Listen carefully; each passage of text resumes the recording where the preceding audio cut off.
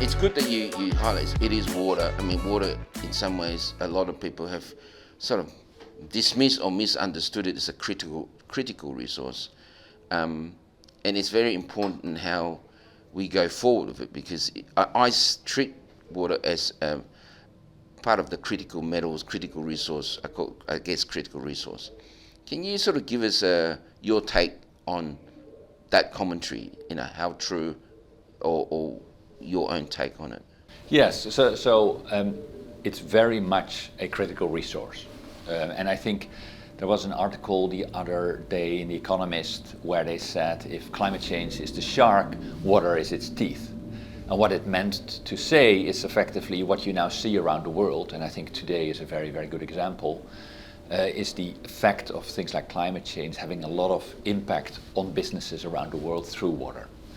And I think that has its effect on companies and governments is that water has now really moved into, I think for a lot of companies, center stage.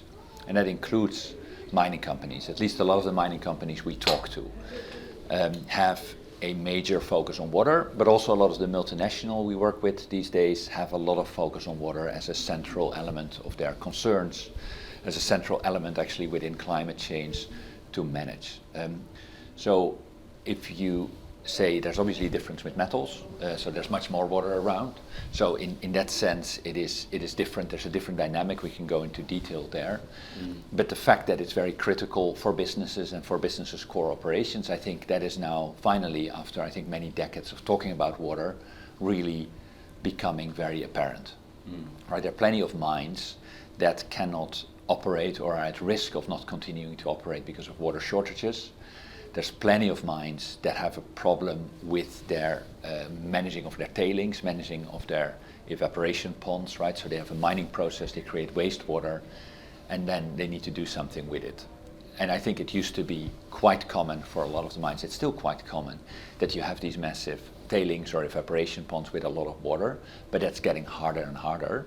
And also when a mine closes, you have this challenge of what to do now with these legacy assets, and that's also becoming a problem. So it's a problem because these companies need to manage it, right? And it's also often on their balance sheet. It actually is a problem. So you can actually see that on their balance sheet as a future liability.